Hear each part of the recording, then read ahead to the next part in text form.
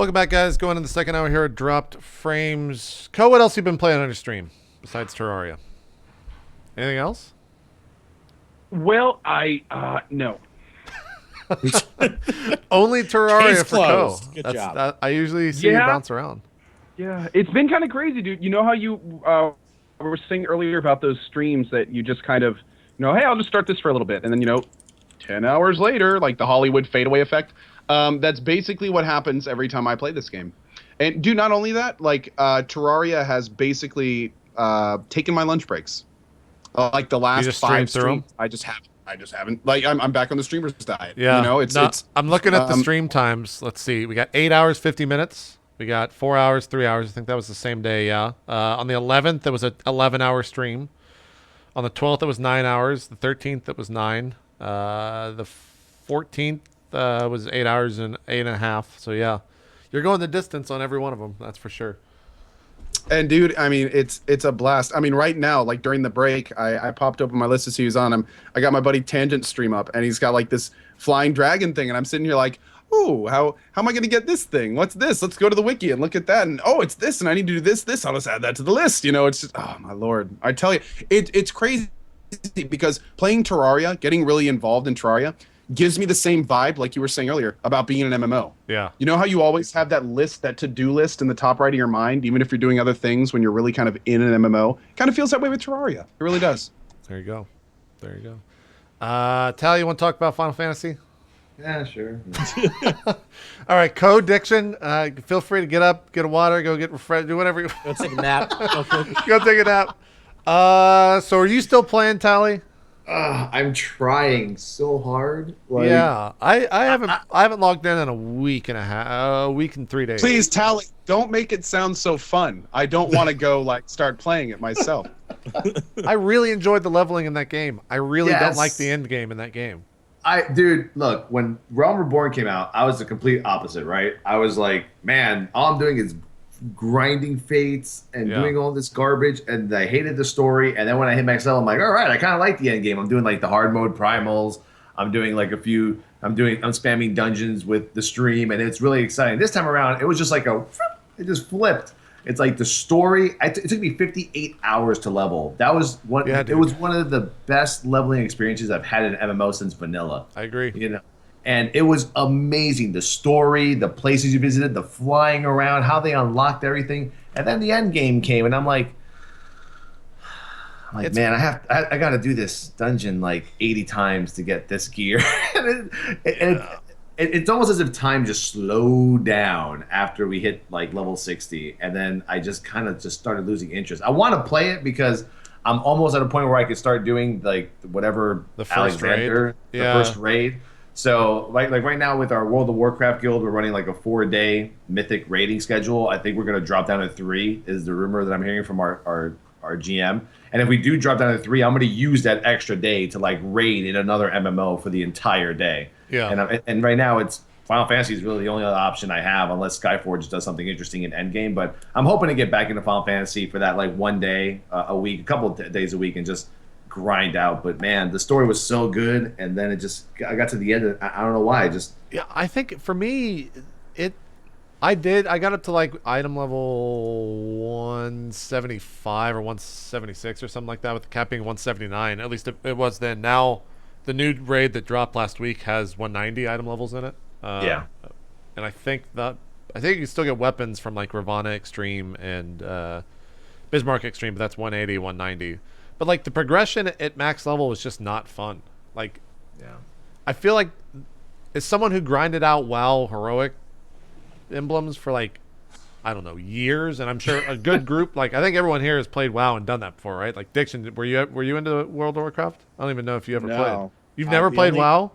Never played WoW. The only MMO I've like. I wish I had your brain. Any time in. Because I'd go play WoW.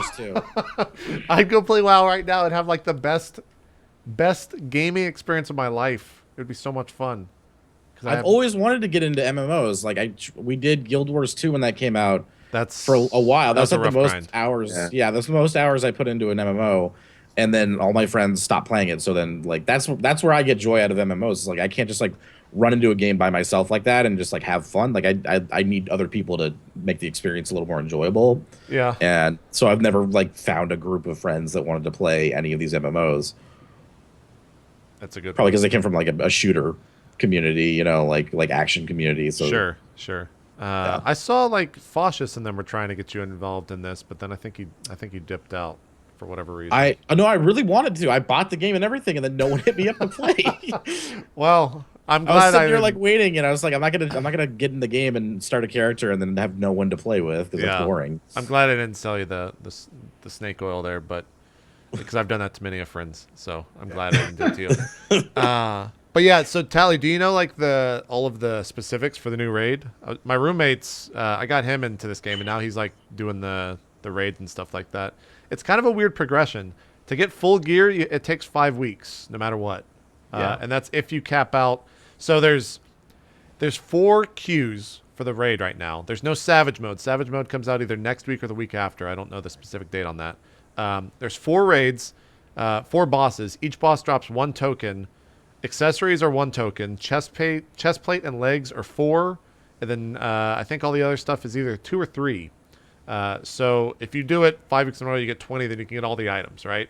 So in 5 weeks, if you cap out on it every week, you'll have 190 item level, except for your weapon and except for your weapon.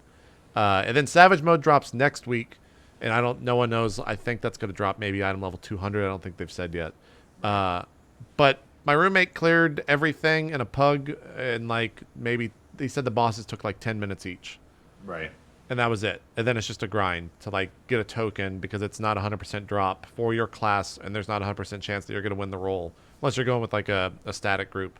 But it's how was the quality of that time though? Like I remember my first like Titan hard mode kill was like incredible. Like it was so much fun, and we had to really work up to it. Like are the raids still, are they still holding attention and everything? They are if you do like the quote unquote hard mode. So right now for the actual raid, Alexander is the name of the raid, which is if you've played Final Fantasy, it's the name of a summon from that series. And they're not that difficult, but it's like the first iteration. So there's the first iteration, and then there's hard mode, and then there's extreme or savage, and then extreme. I forget the terms they use. Tally might know it better than me. I think you're talking about the primals. The primals are just like hard mode, then extreme. Yeah, but and then the dungeons is just like. Is it normal, hard mode, extreme? I don't think there is a hard. I think it's just like normal savage, right? I don't know. I know they changed it up here in the expansion, and I guess I should not. I haven't played it all since. Me neither. Since it came out. Like, yeah, I'm hoping that I get some Alexander action, but it seems just like any like other MMO, like normal progression. They're gonna come out with like this kind of normal mode raid for you to gear up to get prepared for the really hard stuff, which is like the savage mode. Yeah. But to answer your question, Ko, like, is it? I think definitely in A Realm Reborn, it was like working up to a certain point to like constantly get better and better at a fight and then finally down it. I feel like if you go in with like 8 competent players, it'll take you at most like 40 minutes to an hour to kill like the hardest thing right now in the game. And that's for that's a guess. I don't know how true that is, but it's not that difficult.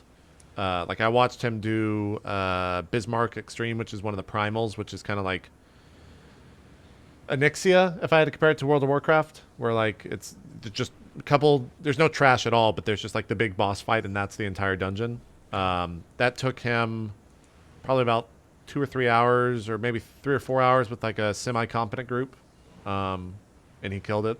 And then like to get the item from that, you have to do that I think 10 times to get one item, to get a weapon. Yeah, so it's just the grinds at the end game of MMOs I think are just getting to me where I don't find them enjoyable anymore. I think that's kind of the main thing. That or I don't know.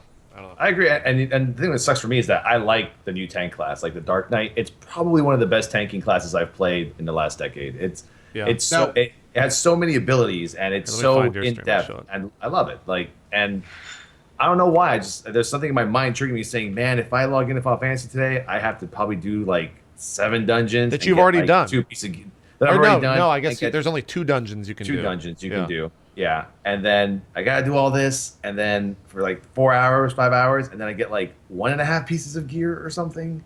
Yeah. You know, it's like, I don't know. It's just one of those, like, you know, risk reward kind of things or whatnot. And, you know, and to a lot of people when they watch it on streams, it feels like for them too that everything's going like in slow. People are like, "Oh my god, this dungeon's so slow." I like how I went to a random point in your VOD and you're doing the exact same dungeon that I just showed in my VOD. Yeah, it's the same one. Yeah.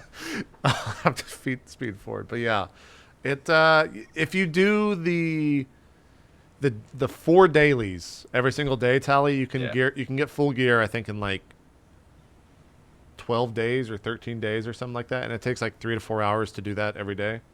Yeah, I only have like 2 of those days unlocked, but the flying chocobo with the cake in front of it is amazing. Yeah, this is probably the best part of the game. Yeah, it is like the flying fat chocobo with the he's chasing the cake, Yeah, trying he's to fly. chasing some fat cake in front of It's the him. most amazing thing I've ever seen in my life in an MMO. Yeah, but I agree with you. I really enjoyed the leveling aspect of this game. And most people, and we have like the 512 people or 520 in our free company, which is the equivalent of like a guild. Most people in that guild don't raid. They'll hit max level and then they'll start leveling another character. Yeah, And that's like the fun in it for them. I don't do that. I just level the tank and go. Yeah, I leveled up some DP. I leveled a Lancer to like, because when you hit 60 in this game, you get a giant XP increase for levels or for other classes on the same character. Like you don't have to switch out characters. You have access to all the classes on a single character. And I was getting like 100 without rested. It was 100 and I think 70% XP boost from like just being fresh level 1 in the game. So you level up super quick. But at the end of the day, it's still like the same stuff that you've already all done before. It's not like anything new. So Yeah, I really wanted like just more avenues to get my what are they, law tomes or whatever. yeah, whatever those things are called. And that was Long my term. deal with 14 Roman Reborn is that you had to do Ampedor Keep and the other dungeon over and over again to get the tomes. Like, and it's why I still always go back to Warcraft and some other MMOs is that they give you so many avenues to get what you need to get your gear up. And with Final Fantasy, it's like you got to do these 2 dungeons and do these 2 roulettes or dailies, and that's the only way you can get your tokens to upgrade your gear. And then it just gets so repetitive, like my eyes start to get dry from watching the same bosses over and over again. Yeah. Like I just wish that Final Fantasy would give you way more avenues besides just the 2 dungeons. Or I think there's a third one I think that doesn't drop gear for you that also can give you tomes. Yeah. It's like a trial, I think is what they call it. Yeah, the It trial doesn't one. drop any gear though. It's like a 30-minute thing that drops no gear.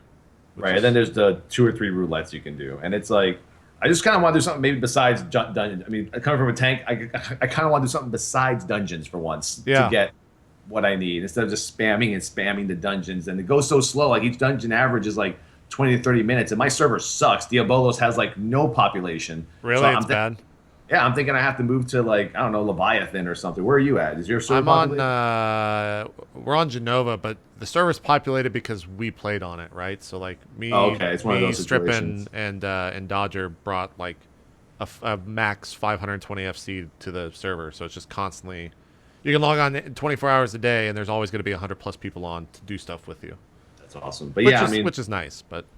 Yeah, but that's what happened, man. I mean, I don't know. Like, I'm just having trouble just logging in and getting like that, mustering up that rush. energy. Yeah. Yeah, to try and get, if I could just go into the raid and just start raiding, I'd probably be more, I guess tempted to play it. But because I have to like just do that kind of grind, and it's kind of like I'm kind of contradicting myself because I just went through a 58-hour leveling grind. But like I said, it was like the best 58 hours leveling I've ever had in the last 10 years. Yeah, I agree. I mean, I did. Mine wasn't that long, but it's because I started at 50. You started at 30, so Yeah. it was a little bit longer. But you jumped over to the new WoW patch, right? Like, how's that going? Oh yeah, of course. It's good. I like it. It's probably the best raid they've had. It's Hellfire Citadel. Best raid they've had ever, or in a long while? In this Okay. expansion. Yeah. Yeah, I like the bosses. I mean, kind of sucks that we have to. The last boss is Archimond again. It's like, Wait, really? What? yeah. Wait, this is an end boss you've already fought? Yeah, and Mount Hyjal back in Burning Crusade. I don't know. What Wait, year is this because of like the time? Is the story bullshit because you go back in time and it's a different universe or whatever, or a different? Yeah, I think they summoned the same Archimond, is what I'm told. I'm not too big on the lore. My stream could tell you that easily, but yeah, like basically it's like Archimond. Gul'dan summons him to come back. It's the whole like Burning Legion, still trying to invade Azeroth ordeal, and Hellfire Citadel, you fight through you know, a lot of like Draenor orcs and God damn it. and Just happened, Tally. I just had that thought, like, I should go play WoW. dude, it's a great raid. I mean, right now there's a lot of negativity going around for Warcraft because apparently this is the last raid already, and we've only been 8 months into the expansion, and Blizzard has this whole like 1 year expansion. Yeah. Like I mean, mentality. BlizzCon's coming up. I know, and they're going to announce the next expansion there. Yeah, and of course they are. And probably, I think maybe June 16, probably when the movie comes out. I'm pretty sure they're going to align the movie. It would make sense to do that, yeah. With the expansion. And yeah, a lot of people are upset because we basically literally only got like a one content patch expansion, whereas every other expansion we've gotten like 3 with like multiple raids. And yeah, people are basically like losing their shit over it. Yeah. Well, I mean, this expansion for WoW, I mean, a fuck ton of people came back, and then a fuck ton of people left right away. Yeah, it was like 10 million, then boom. Yeah, it was the fastest drop off. I'm anxious to see when the next quarterly numbers come out, if they're either static or low. Because people are saying, well, those 3 million are just the people who just come back and then leave every expansion. Yeah, those are the me's. Yeah. Yeah, those are the U's. But if it's not, then what number will they be at? I mean, we've never seen them like in the 5 point anything before. You know, I think it's actually good that they're struggling because for them, they've always been on top and kind of just always, they've pretty much done the same thing, right? They've never had to like struggle for numbers, if that makes sense. So I think as a developer, that's probably something that could be inspiring to them to like make something really fucking cool for the next expansion. Yeah, it's a kick in the ass for sure. And above all that, I think they got to get away from this 1 year expansion mentality because, you know, as the consumers, they're paying $50 plus a $15 a month fee to get one content patch. You know, that's not really good for me. If you're a raider, you're enjoying Draenor right now. If you do mythic raiding, heroic, normal raiding, you're enjoying the hell out of this expansion. But if you're like a normal player that does like LFRs and maybe likes to do a daily or two, you're hating life right now. Yeah, because you've already done the fucking garrison for like 800 days. Yeah, already pretty tired much of doing on it. 20 different characters. Yeah, and do you still do your garrison? Is that still a daily thing? You have to for the legendary ring. Yes. Oh my fucking god. Yeah, they tied the legendaries into your garrison, so you kind of have to do it. And but yeah, man, I really hope that they go back to like I don't even know what triggered their mind. Maybe it was like an Activision influence to make more money in a shorter amount of time because the expansions used to last 2 years. Yeah. Like Burning Crusade was like 7 raids. It was, yeah. Burning Crusade was the best, I think, the best MMO experience out of any other MMO ever. Maybe EverQuest has some rivals in there for sure. Yeah, and Wrath of the Lich King also had like 4+ raids, and it lasted 2 years. And I don't know where they got this mentality that we should try to, you know, only do one expansion per year and do as much content as possible. But if you're going to do that, then you got to stick to the plan and give us the content. You can't just give us one raid and be like, we're done. $50. Thank you for the money. And here's your one raid. Like, so, I'm happy, but other people aren't. Did you kill Blackhand or whatever the fucking like big bad was at the start of this yet?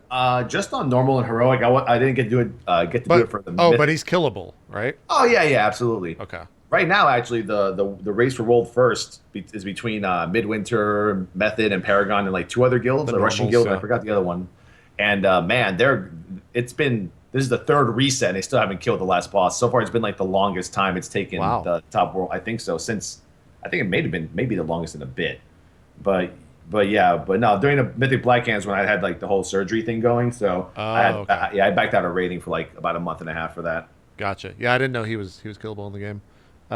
Diction, from what you're seeing on the screen, does this interest you at all, or is it just like I'm a fucking clusterfuck of numbers? It's definitely a hodgepodge of numbers and text and it's life UI, bars. Yeah. But I mean, I've always wanted to get into WoW just because like all my friends play WoW, but it's just like it's like one of those things where I have this like wall where I'm like, if I start now, I'm gonna be all low level and no one's gonna want to play with me and carry me around, you know, like So I feel like it's one of those games I'm just getting in too late to really care about it as much as other people care about it. It might be true, and also I don't think like this is a pretty terrible game. Like if you want an actual, the only reason Tally gets good viewership for this game is because he's been in this game forever. Like if you're a streamer starting out, this is a terrible game. to Yeah, play. yeah. That's another thing that's like keeping me from trying it out. I Basically, don't even know how I have viewers still. Yeah, it's you. That actually, It's like that you actually, and Bajira.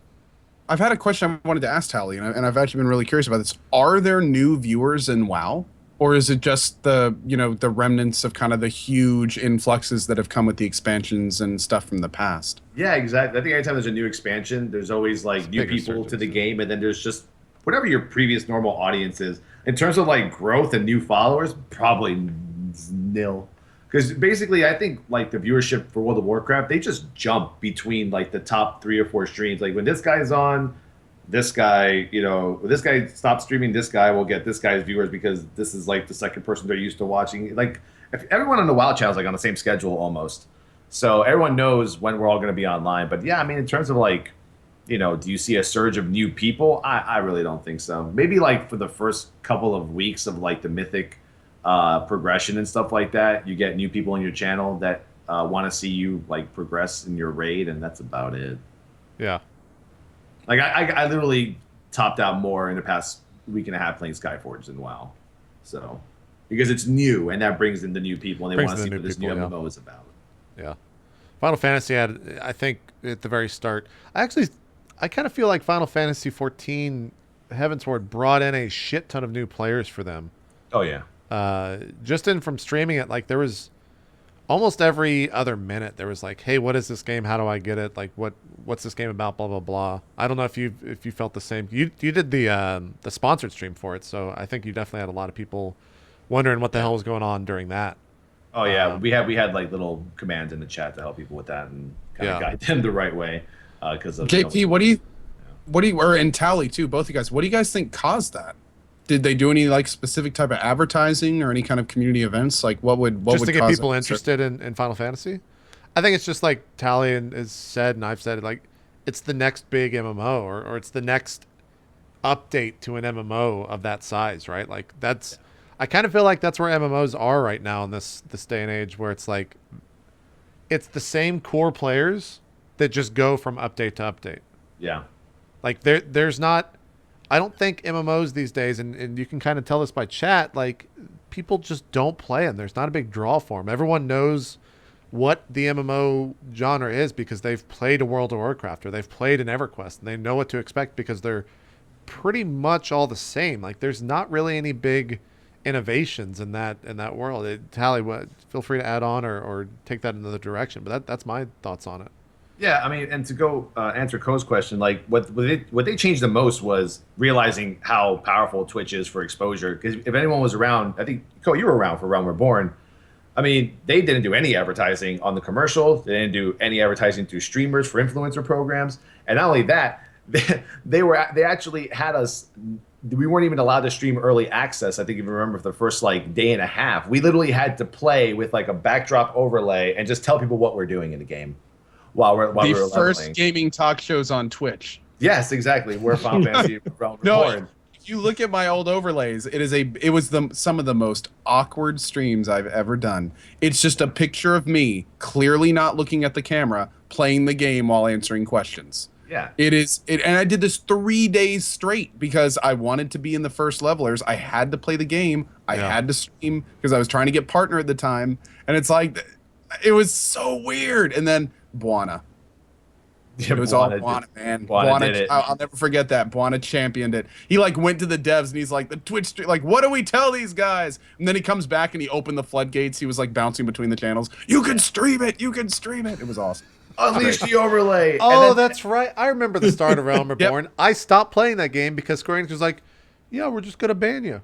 We're just, you can't post anything on YouTube. Yeah, and I'm like, dude. well, fuck that. I'm out. I And just the left. worst part is, man, the part that was just so messed up about the whole situation is there were new streamers. There were channels with like that had been made the last week that were streaming it legitly. Yeah. And all of us streamers that had like, I had been going for like 6 months at the time, working my ass off trying to get partner. This was the big break, right? And I'm sitting here just like, what? Who do I need to talk to? Who do I need to pay? Who do I need to kill? I You know, forgot it's all like- about that. God, that was just Oh, the man. stupidest fucking... I remember they posted that like 3 or 4 days before the game launched. Yeah. And I was just like, can I... do I play this? What, like, am I gonna get my shit banned because I'm playing a fucking game on Twitch and they're gonna follow through with that for the first time ever?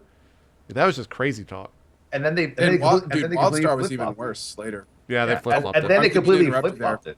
They flip flopped everything. Then after that, then Yeah, they, like a now month this after. time around, it Or was like like 2 weeks. this time around, Square Enix is like, all right, now every time I see a commercial on Twitch through my mobile, it's like Heaven's Ward, and and now it's like, well, do you think Tally can stream some of this and that? And I'm like, wait, now you're coming to us to stream the game? Well, they Wow, got you it, right? They finally understood. Yeah, they after understood 2 years. what it was like, that front page loving baby, and Yeah. it's like, and they're good now. Like now, Square Enix does a lot of work with a lot of streamers for Twitch, and it's amazing how once these publishers start realizing how awesome and the reach that we have on Twitch is beyond anything else they could possibly imagine. It's really cool. But going to what you were saying, JP, about MMOs, it's like, Co was saying earlier, I'm waiting for that next big one, and it's like, man, I love you, Co. You're my brother, bro. But there is no next big one. Yeah, honestly. there's really not. There's Like, nothing coming up.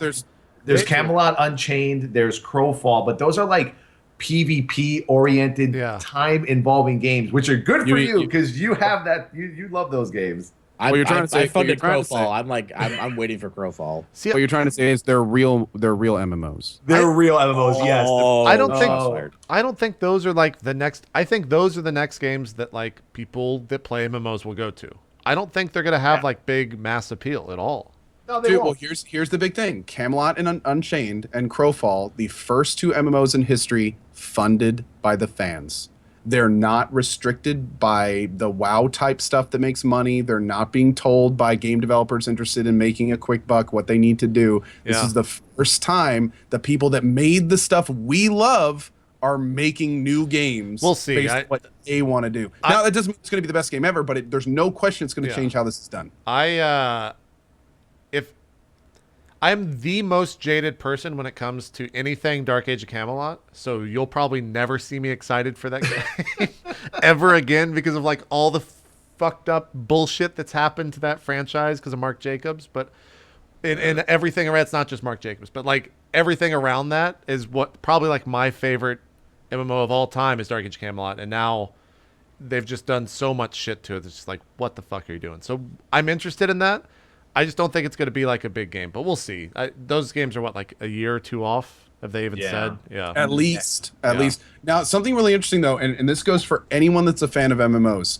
Not only should you check out Crowfall, but more importantly, look at the dev diaries coming out from the Crowfall team. They're putting out a They're lot. doing things. They're putting out not only dev diaries, but like Good. very comprehensive examples of the mechanics and what they're going to be doing in the game. Some of the stuff they're doing in Crowfall has never even been touched by other MMOs. Like it's a combination of Shadowbane and brand new. And I'm not trying to sell it. I'm saying go read it yourself. Yeah. And you can kind of see this, like go read it. I'm not trying to sell it. Go read it and make your own decisions. But it looks very interesting. I'm a significant backer of Crowfall. Yeah. Shadowbane I mean, was pretty cool at the time, but I mean, I backed Crowfall and I backed Camelot Unchained, and when I play them, I'm probably gonna have a lot of fun with the community. I'm sure you're gonna have a lot of fun with the community, but for me, like when it comes to MMOs, and JP, you may agree with me, there's like these two big sides, right? There's like PvP and there's PvE. yeah, it's always been that way. For me, you have to find that right balance. And like, I love Crowfall. The whole like seasonal campaign idea is like mind blowing. And I played Shadowbane myself. And it's like all of a sudden, when I look at their FAQ, they're like, will there be any dungeons or instance PvE? And they're like, no. All of a sudden, it was just like a ship like this. It just went to like, the game is 100% PvP and the PvE is down here. And PvE, no offense to any PvPers, you guys are skillful, love you all. PvP is a very skill-based aspect of any MMO. PvE is scripted, we're like Dragon Slayer bunnies, whatever you want to call us. But those casual PvEers, man, they need a game to play. And you're kind of just like, taking those PvEers and just going, throwing them out and saying, "Fuck you! Yeah. This is a PvP game. We have no bunnies for you to Here's kill the thing, here." though. There's a place for PvP MMOs. There is, but Like it's a much smaller there is market. a place for the Dark Age of Camelots and the Shadowbane. There are people out there, such as myself, that have been yelling and screaming and begging for a good PvP MMO for a decade. Yeah, we and thought there's just Arcade was not it. been one Then they because they fucked it don't up. make money. They don't, PvP MMOs don't make money No. unless they're pay to win, and in that case, no one's going to take it seriously. And that's what's been happening to all the PvP MMOs that we've seen. So that's one of the reasons. Crowfall is the Shadowbane resurrection. Camelot Unchained is the DAOC resurrection. Hopefully they'll be half as good, because I know I'd be happy. But again, we'll have to see. But there is a place for them. There is definitely a place for MMOs that are PvP centered. There's definitely a place. It's almost a genre in itself. Yeah, there's definitely a place for them. But like, to answer what you were saying, when's the next big MMO? That's what you're talking about. The next big one, like a Warcraft kind of influence. I don't think we'll ever see that again. I don't either. Ever. Maybe not in my EverQuest lifetime. next, but who knows if that's even still a thing. That's not going to happen. I mean, Smedley said "F you" to that idea. Yeah, which one? EverQuest next. EverQuest next. Like It's still going. All the devs at Daybreak, they'll say up and down that EverQuest Next is still steaming along. Yeah. Unfortunately, I've become totally disenfranchised with the graphic system. It's to the point where I can't look at the characters without thinking a Disney movie. It looks like Aladdin. I mean, I can't does look a little bit take like that that, yeah. seriously. Aladdin. Even though EverQuest Next is doing Aladdin. some awesome stuff. Yeah, it's unfortunate. Show Diction, me. you said you backed Crowfall. Yeah. What about is someone you'd say you're kind of like someone not into MMOs, right? A casual. Yeah. A it's casual definitely MMO. casual. What was it that Exactly. appealed to you about that game? I mean, I like the idea of an MMO that is not out yet and is completely fresh, so I can get into it early and not feel the pangs of like, oh god, I should just go into WoW and just hit 90, do that thing where you can magically hit 90, Yeah. And I like the seasonal campaign thing too. I thought that, and the way they're doing it, where it's like your character's progression is never hindered. You're always moving forward, but the world is not, because the world is not persistent. That's cool. I thought that was really, really cool and intriguing to me, because it feels the thing that's always turned me off about MMOs, which is maybe just me, is like getting in there and you're like, all right, cool, I've made my character, I've got like a story for my character or whatever. All right, when's the next quest? And you run up to this character, this NPC, and there's like 50 other people there doing the exact same thing as you, and it just doesn't feel personal enough, I guess. But I guess that's not the point. But I feel like Crowfall is trying to get a little more personal, where it's like, okay, you have a direct effect on the world and the game with all these other people, so it's kind of more of a, like, I don't know, it's like just one big group effort to change the game and then start something new, like 3 months later. I thought that was really intriguing and could make for a pretty great game. Probably not the next best MMO, but like for a game, that sounds really, really cool. Do they have any sense of timeline on that, Co? Do you know? Not sure. They've raised over 2 million so far. But I don't know if they have any like hard dates announced. Oh, did they go the route of whatever the fuck that giant Star Citizen is, where you can like donate or you can still support it on their site? Okay. Yeah. You got it. Yep, Gotcha. that's right. The current stretch $65 goal million is for agency servers. I'm pretty sure Star Citizen's close to 100 million. They might have even actually passed it, to be honest. They were like 85 last time we checked on the show. Which is fucking crazy. I think much that the thing money, is, it's never going to come out. The goal of that game is just to keep making more money and crowdfunding, Yeah. essentially. It's All I just like- gotta say, I'm with you 100%. I cannot wait to see a $1 million game. I'm so excited for this game to come out at this point. What do you Just mean to by $1 see million what it's going to be a game that's been $1 million worth of money put into it. You mean What 100 in million? 100 million. 100 million. Yes, Yeah. excuse me. That's No, right. it's just 100 like, I was going to say, Bro, that I happens all the I can list time. off a bunch of $1 million My games. bad, my bad. that No, come no, out. but to see a $100 million game, to see what that looks like, to see how deep it is, how all the systems work, the graphics, like it has to be incredible. It has to be absolutely GTA incredible. 5 was like, their budget was like 250 million, something like that. It was like Yeah. the price of like a big giant summer blockbuster film. Essentially. Did you random side topic? Did you guys see are any of you interested in the Minions movie? Do y'all know what that is? Yeah. Not The only really. reason I'm interested in it is because apparently the marketing for that movie was in like the $500 million range. What? And it's because they don't have to pay actors for voice acting because there is no voice acting. It's all animation. And they mumble. And they just mumble. Really? And so the marketing for Well, that shit was just like just realized out of that. control. They do have voice actors for the human characters, don't they? Yeah, but they're not expensive.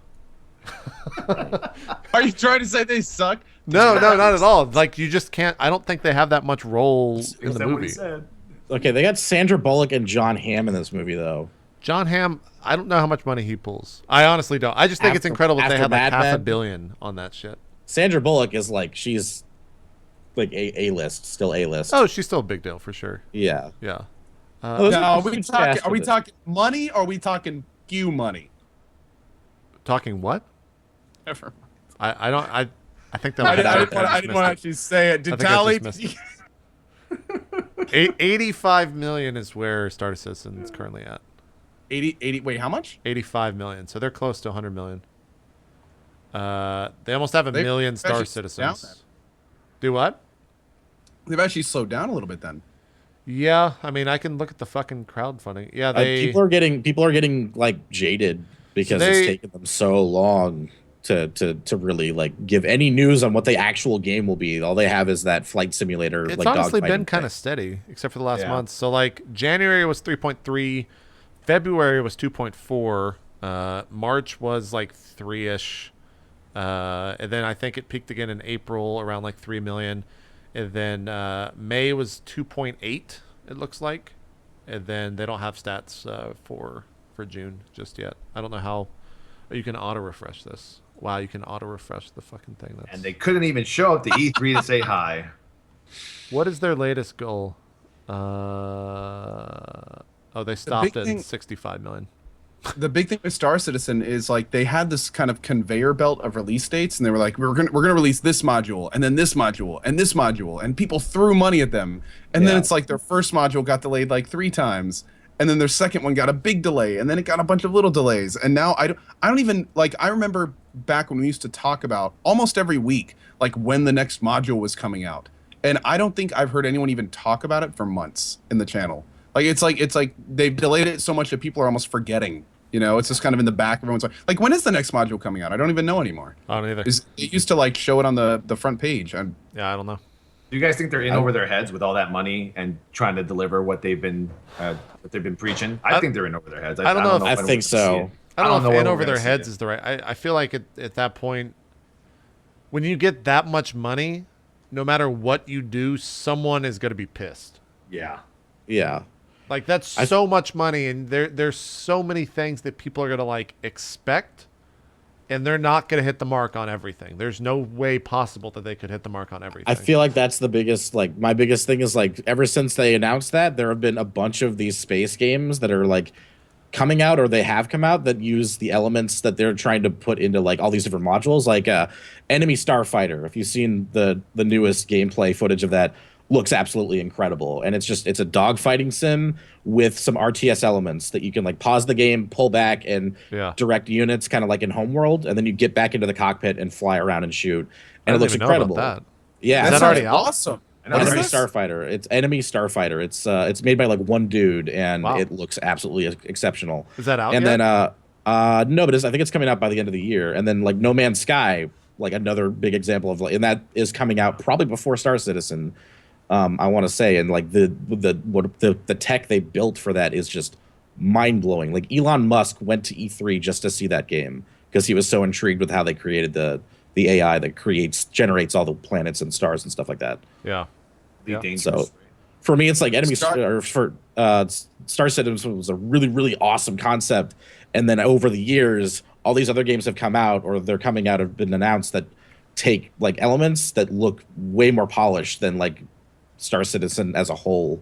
It seems like it's going to be, because they're taking so long and they don't know exactly when they're going to release this module. Like you're saying, like you get delayed, and it just seems like it's kind of turning into a big juggling act for them, where all these little smaller devs are like, we're going to focus on this and make it good. Yeah. The big issue I'm seeing, man, is there's two, and we talked about this I think last show, JP, or one of the recent ones. There's two different types of development motivation. There's the motivation to deliver a quality product, and there's the motivation of I have to get this out to get food on my table. And one of those is going to cause people to work a lot harder than the other. And when you already have made $100 million for your game, when your game is already more successful than many titles are ever going to dream to be, and you haven't even let it out yet, I can't see how that wouldn't affect your motivation. Like, that people are wondering how it takes years to do. they don't have to rush it. You know, Yeah, like there's they don't. no reason. They have no reason, zero, to rush this project, except to deliver on, you know, dates that they can push back as much as they want. So, yeah, it's kind of a weird situation, especially since I'm in the boat of I really want to see and play this game. Like I have I think a a lot of people are. constellation. I think have a that big- boat's yeah, filled, like, and let's there's see another this boat shit, behind yeah. it, and 30 billion behind that. So I think everyone wants to see it, right? So it's a weird thing. It's a very. We might be in our 40s when that game comes out. I mean, might be, realistically, seriously. yeah, And realistically, it might be. the way they're releasing it, there could technically never be a release date. It could Because just be the early the way access. they're Yeah. doing the structuring is it's module release. So we're gonna get like the dog fighting portion, and then the first they're talking in chat right now about how the first person portion apparently is coming out supposedly in the next few weeks. They had netcode problems they're dealing with. So then they're gonna have like the portion that puts those together, and then the MMO portion, and then the single player RPG port. Like this game could theoretically never come out. They could just keep releasing modules and making it bigger and bigger, and it would never have like a release date. So it's going to be weird. Yeah. Yeah, and then the other thing too that's got to be weird for them is they have pundits like us that are just talking about it on a daily basis. Like, what the fuck are you doing with this money? That's got to be so much stress, so much stress It must be involved. so awkward to work for them. Yeah. I can't imagine. Like half the people think you're a Ponzi scheme. The other half is begging for deliverables. You have like a 5 to 10% rabid fan base that wants the game, Yeah. and thank God, because I think that's really what's propelling them. But you know, you have so many skeptical eyes on you right now. And hopefully that's an indicator of, you know, let's get this game out. Let's show these guys, like, hopefully it's kind of a vindicative, you know, let's show them what we can do, and let's show them a $100 million game. But if, you know, it could also be a very big source of stress that could be even impeding it at times, which is unfortunate. Yeah, yep, I could. We didn't talk about Rocket League at all. I think. We'll start to talk about it. It's awesome. Yeah, I know. It's all Co, this did you play? Did you touch it? I think you touched it one night last night, right? I played like 2 nights of it, and the second night I played it like I got on like 15 minutes after you and Gassy. So like Yeah. it was kind of weird because like the net wasn't really working, and you know everyone was kind of like it was kind of weird. So I've, you know, to be honest, I've watched it more than I played it. It's a great game to watch.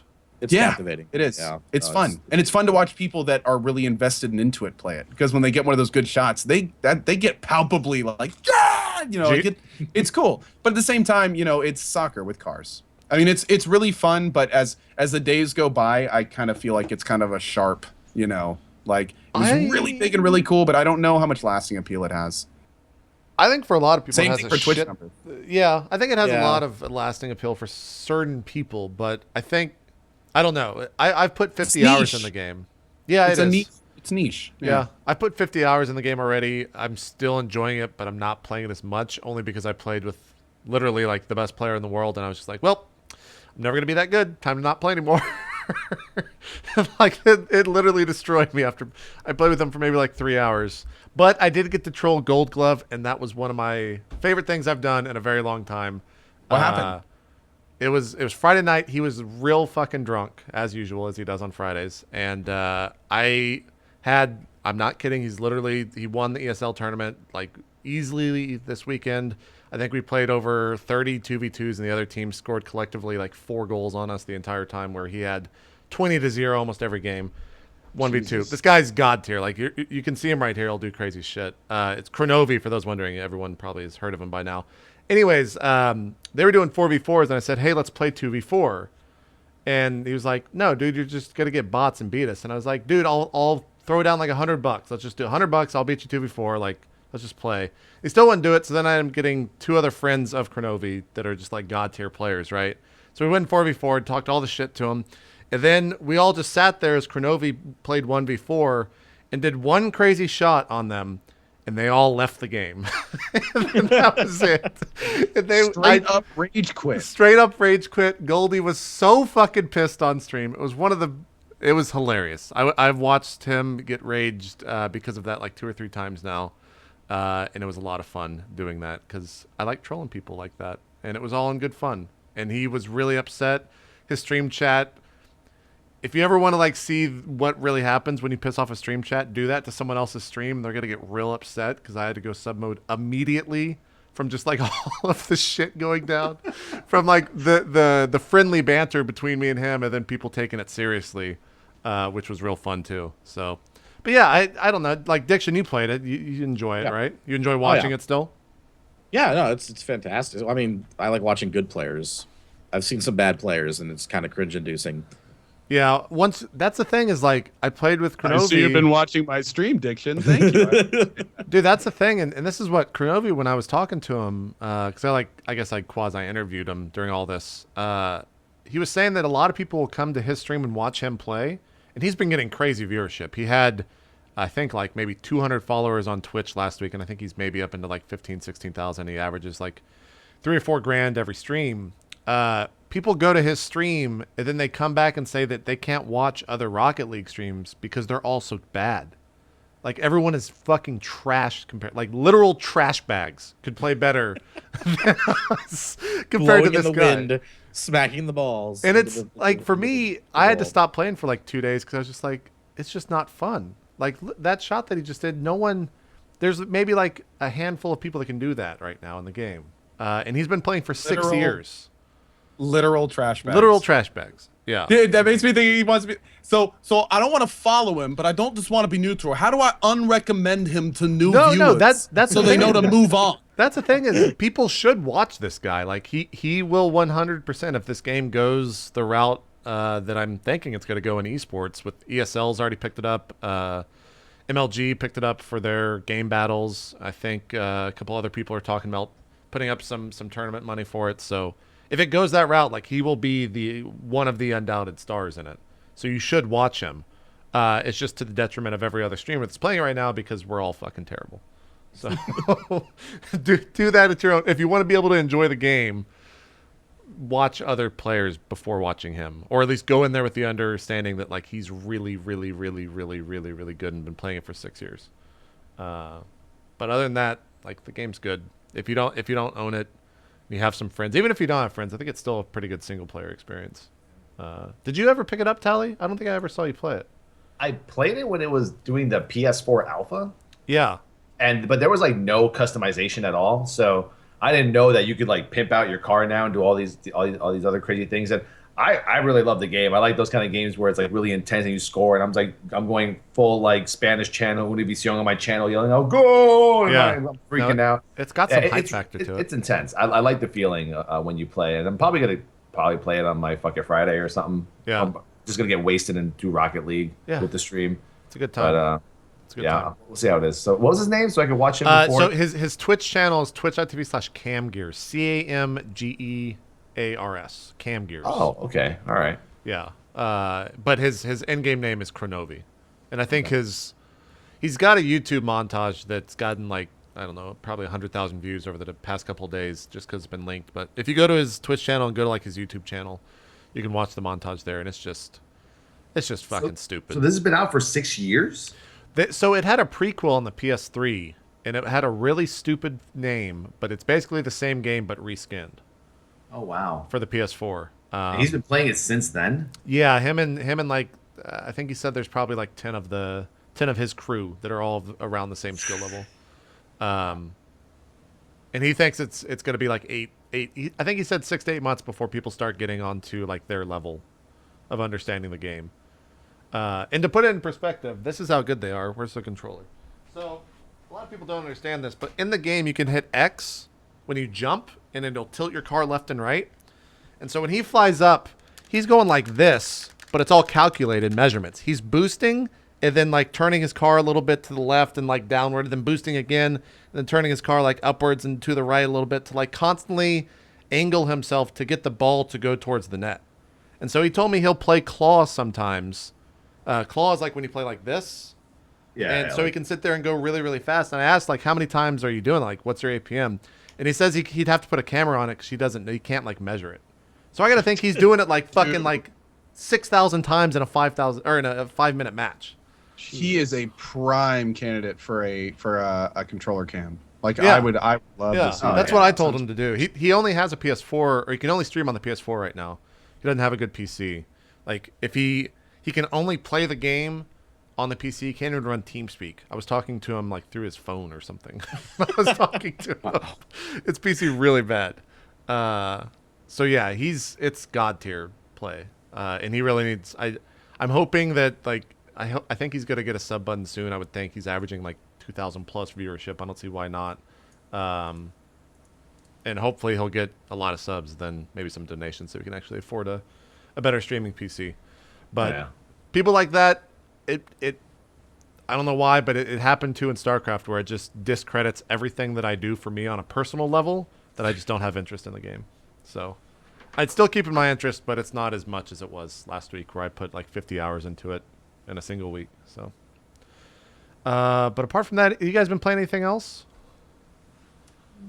Anything else on the streams? I'll let you know when the Moon Lord's dead. Yeah, that's your goal. I played a 9-hour Fallout 3 session. And, yeah, I want to start that. I still have not.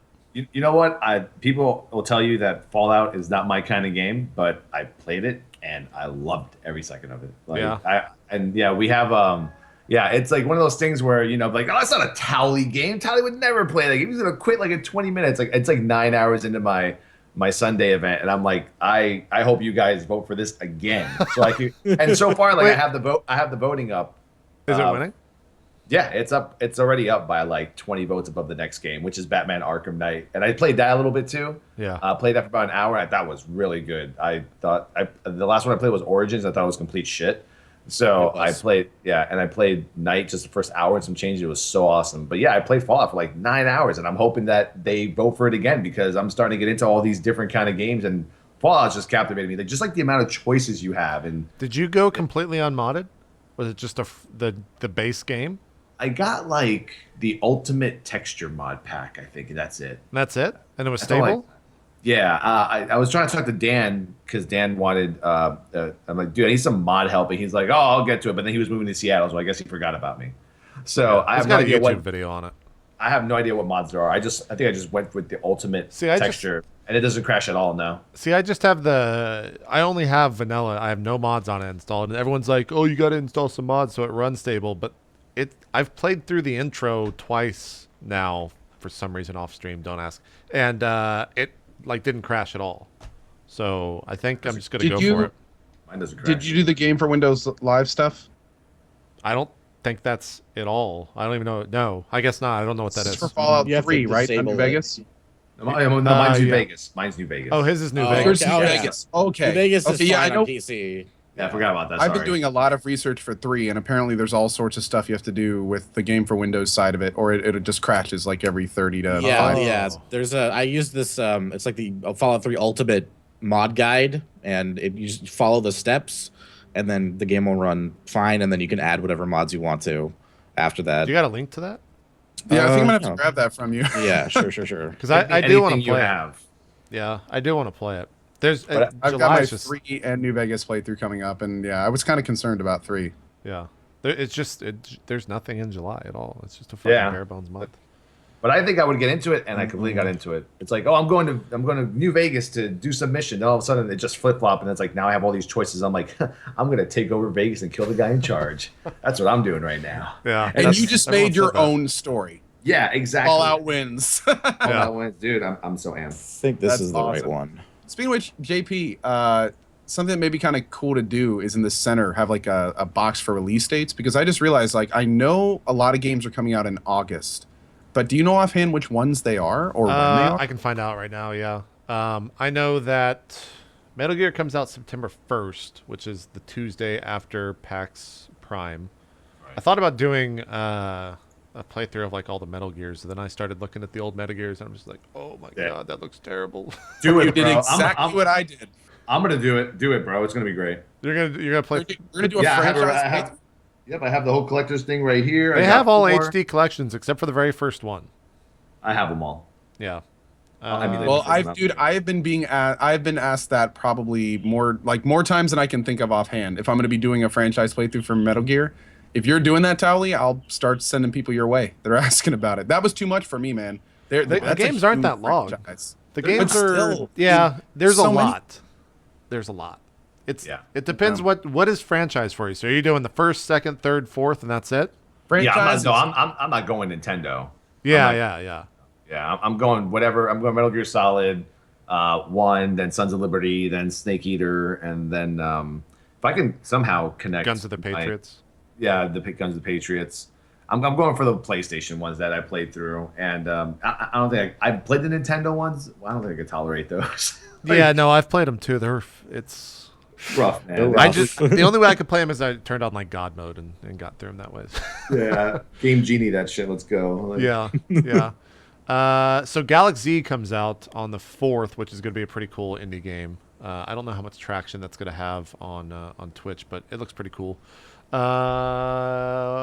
And then something else comes out at the end of August. There's an enhanced edition. I wonder what the Risen 3 enhanced edition is. I actually liked Risen 3. A lot of people didn't even play it, but there's an enhanced edition coming out for PS4 on the 21st. And then there's a Gears of War Ultimate edition. There's really not a lot in August either, now that I'm looking at it. Yeah, fuck. August is kind of dead too. What is Armacrog? Is that what you were talking about? Oh, something big was coming out in that's the new August. Doug TenNapel game. You ever heard of the Neverhood Skull Monkeys? Earthworm Jim? No. Oh, okay. Earthworm Jim. I know Yeah. what that is. He kickstarted a new point-and-click adventure game with claymation style animation, like the Neverhood, and it's called Armacrog, and yeah, that's been coming. I've seen that at PAX and stuff, and it looks really, really cool. I guess the big... Dude, even the main character is like Earthworm. He's Earthworm Jim, or looks like it. Well, yeah, he's kind of modeled after the Neverhood guy, but I guess they didn't have the rights to Neverhood anymore, so they're just building a totally new world that kind of works similarly. But yeah, I grew up on point-and-click adventure games, so I'm like so stoked for it. That's awesome. Madden comes out in the middle of August, and then Dishonored comes out towards the end. The Dishonored Definitive Edition, same day actually. Sports. Diction, Monkey Island. Oh yeah, Indiana Jones. Oh yeah, all the LucasArts games. That's all I could play. I didn't have a Tentacle. console. Oh yeah. Dude, I played recently all. went back and I 25 played the times. HD remastered versions of Monkey Island 1 and 2, and they still are just as hysterical as they were when they came out. Dude, I was like the entire time flipping back and forth between the two modes. Were you one of those people too? Yeah, like, I was like, all wow, back- these graphics are awful. And it's so quiet too. There's no sound effects in the original. You're in game, like so it's the MIDI, like where you can pick out every single note from the background, and then you switch over to normal. It's like an orchestral. Oh, dude, it was great. It was great. Okay. Until Dawn comes out in August too. Okay, I finally found a fucking launch thing or Now, what's game Dawn, thing. Sally? Huh? What's Until Dawn? I think Until Dawn is like one of those. It's like the Saw mixed in with like scary movie kind of. Yeah, actors. they didn't show much of it E3, but it's basically Saw. Yeah, I think played it at PAX. it's a Prime horror last game. year. Are you the on victim PS4. or the jigsaw? You are multiple people, You're multiple people, and like you play as you could play as a character. I think until they die or until they escape, and then it switches characters. Is it kind of like Zero Escape, or is it more like Telltale? I don't know. it's what like that Beyond is. Two Souls. Yeah. Okay. It's like Beyond Two 3D Souls, those in that kind of regard, choices. and you have like full control over your character and stuff. Yeah, Gotcha. I played it at PAX, and they had me even put on a heart monitor while I was testing it, and yeah, I shrieked a few times. The girl next to me was no, like, that game looks really fucking see. scary. It does.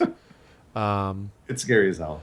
August kind of has a bad streamer game, but it's going to be a massive month for just games in general. One, because of Madden. And then at the end of August, Disney Infinity 3.0 comes out, which is the Star Wars in Disney Infinity. So that's going to sell fucking buttloads. Just massive amounts. They're going to be printing money at the Disney Infinity launch party. And then I think September is when all the craziness starts. Yeah. Metal Gear Solid on the 1st, Super Mario Maker on the 11th, Destiny expansion on the 15th, Forza 6 on the 15th, Mighty Number 9 comes out, which is the Mega Man reboot on the 15th. There's Elder Scrolls DLC. Tally, you're probably into that on the 16th. Yeah, the Orc expansion thing. Yeah. Wow, Soma comes out on the 22nd. I did not know that. Ooh. Nice. That early? Isn't Mad Max in September too? Yeah. I don't see that unless it's not on Yeah, here. September 1st actually comes. Oh, yeah, Same day. September 1st, same day as So no one will be What playing I'm doing on the that. first. I played it at E3. shit. It's fun. I It is just really realized fun. that the Phantom Pain comes out on the 1st on everything but the PC, and you have to wait till the 15th for the PC. That kind of sucks. Bastards! Why? Konami Yeah, just that- hates people. That kind now, of it sucks, seems. man. Oh, Sword Course PS4 for Legends. life. 8. That'll be fun. I'm And then- looking forward to see what people do with that game. Yeah. And Tony then Hawk game comes out too. oh wow, that's actually coming out the September 29th. Yeah, they did the launch trailer for this week. Forgot about that. Jesus, give us a break. Like, Oh no, the breaks don't stop. It goes for a long time. Rock Band 4, Transformers Destination, Uncharted Drake Collection, Rainbow Six Siege, Yoshi's Woolly World, Guitar Hero Live, Tales of Zestiria, Assassin's Creed Syndicate, Halo 5. That's all October. November. I mean, Anno, I don't think there's anything big coming out in November. yeah, Anno 22. Every game on here is crazy. Anno 2205, Need for Speed, Call of Duty Black Ops 3, Fallout 4, Rise of the Tomb Raider, Star Wars Battlefront, The Crew, which is a weird thing that's going to sell terribly. why did they already? The Crew already came out, but it's an expansion called Wild Run. Oh, okay, gotcha. And then December is Just Cause 3, which fucking looks incredible. Xenoblade Chronicles X, which I'm definitely going to be playing. Hitman comes out the 8th. I think that's like probably one of the final big games to come out. So It's too much, man. it'll be a lot for They're releasing the new Hitman this year. yeah. But remember, it's They episodic. just announced it though. It's like episodic. So like the game that comes out Oh. will have so much more after it comes out. Like in that sense, there's been a lot The of big debate thing, about man, that. like I do a lot of research on Twitch numbers and stuff, and I've been doing it now for going over 2.5 years. This is the first time since I've been doing this that there's going to be this many big games coming out that all would have a draw at once. Yeah. Like what's going to happen to Twitch is going to be nuts when gonna be these kinda crazy. all start dropping at the same time. November 10th gonna will be the explode. biggest day, I think, for Twitch. Yeah. With Fallout 4 coming out. And Tomb Raider, don't forget Tomb Raider. No, People that's what I'm looking love at. that. I'm probably gonna Yeah. play Tomb Raider over Fallout 4 that day. We'll I see. think a lot, and that's the thing. I think a lot of people are, and it's going to be huge in its own right. I mean, Tomb Raider could be bigger than Fallout 4 on Twitch, and I'm not kidding when I say that. It might. Because I think a lot of big names are looking at that one instead of Fallout 4. Because a lot of the big people I've talked to have said they're doing Tomb Raider over Fallout 4 in the first week, and then they're going to switch Yeah. over later. I just think Fallout So- 4 is going to be so saturated, and it's a type of game that that you're going to want to play like when no other games are out, if that makes sense. Games like Fallout and Skyrim work for me, like from what I know, work Yeah. way better like down the line after everyone's already been exposed to the story. Then like after they're done, they've gotten that information. Then they want to see people play the way they want to play it. And then to be honest, I think both those games will be completely trumped on the 17th when Battlefront comes out. Yeah. And then Battlefront comes out a week later. Yeah. Fuck me. Yeah. Having I will probably have a Battlefront stream open while I'm playing Fallout 4 Yeah. for at least a little bit because I want to see it. I'm not kidding. I want to see gameplay. I'm going full. I'm going full. enjoy it. I've touched it. I've touched that game. so have I. It's Did it make you tingle? Was it good? when did you touch it at E3 or did you touch it another time? I touched it another time. So did I. Okay, we might have killed each other then. I want very to say I'll very third that, but possible. I don't want to go get arrested or anything. Same here. so Yeah. I can't wait for that game. That game was so much fun. I can't wait, man. It was super fun. So that's the 17th. I think also they're going to be showing, I think in August at the D23, which is like Disney's big event. They're going to be showing Kingdom Hearts 3 footage and Battlefront stuff. All new stuff at this event in August. I doubt it will be streamed on Twitch, but who knows? It might. We'll see. So people are going to be looking forward to that. But it'll be a fun fall for sure. And then it will probably all be shit in January. Because I think like it'll be March before the big games start coming out. Let me just look at the calendar. Well, I mean, though, here's the thing with that big burst of games coming out. I mean, people are going to have very quality games to play for a good period of time. Oh yeah. Like, there's going to be so many good games to stream that you can last. We're going to last well into 2016 with really With good Fallout stuff. just It's gonna be alone. fun. Yeah, I mean, hell, dude, I'm concerned right now about what I've said about Fallout 4 at this point. Like, especially with all this other really good stuff out. Yeah, it's gonna be crazy. It's gonna be absolutely crazy. Mirror's Edge comes out in February, at the end of February. Then The Division's supposed to launch on the 8th of March in 2016. That's going to be delayed. Yeah. And then there's a bunch of other stuff that's been announced, but not when it's going to actually come out, like Uncharted, Doom. When's No Man's Sky? They haven't said yet. They haven't said anything about the launch date. That might drop in 2015. I and they haven't announced a date yet. I would not be surprised if that launches in 2015. Although I guess maybe if for what they should have announced that at E3 if it was going to be this holiday, but it could still be this holiday. I would not be surprised if it is announced that they've comes out like this hinted that like it's not going to be a long wait for the game, but they've not said anything like concrete. What if they're just like, yeah, we're gonna go up against Fallout? Let's just fucking let's just come out the 10th. I will be so conflicted on that day. I am Dude, so I gotta excited be for honest. both of those games. I'm a Fallout 4. I bleed bottle caps, but dude, No Man's Sky looks awesome, and especially considering how much fun I'm having in Terraria right now. I mean, something like that looks really interesting. Someone described it, and I think it might have been the Giant Bomb guys. They described, having played it at E3 for a long time, they described No Man's Sky as Minecraft in space. Wow. And with that being described, I was just like, that game's going to be huge. If that's how people interpret that game, it's going to be fucking massive. 100%. Just on that note, though, have we seen any of the like terrain deformation or excavation mechanics? Like they aren't using big. No, like, but they said the Giant Bomb guys, and I think the IGN also has like some 15 minutes of footage as well. IGN has like 7 articles they put out the last couple weeks that are all the info you need for. They said that is you it could. voxel? I don't think it's voxel, but they said that you could like point a gun or point something down at the ground and go straight to the center of the planet. So, if that's true, like.